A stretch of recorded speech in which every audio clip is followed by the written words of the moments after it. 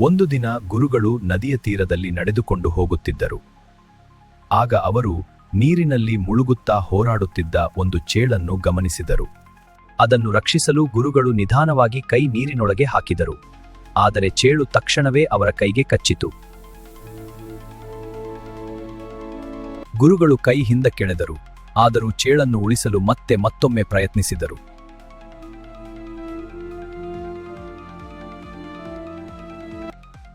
ಮತ್ತೊಮ್ಮೆ ಚೇಳು ಅವರ ಕೈಗೆ ಕಚ್ಚಿತು.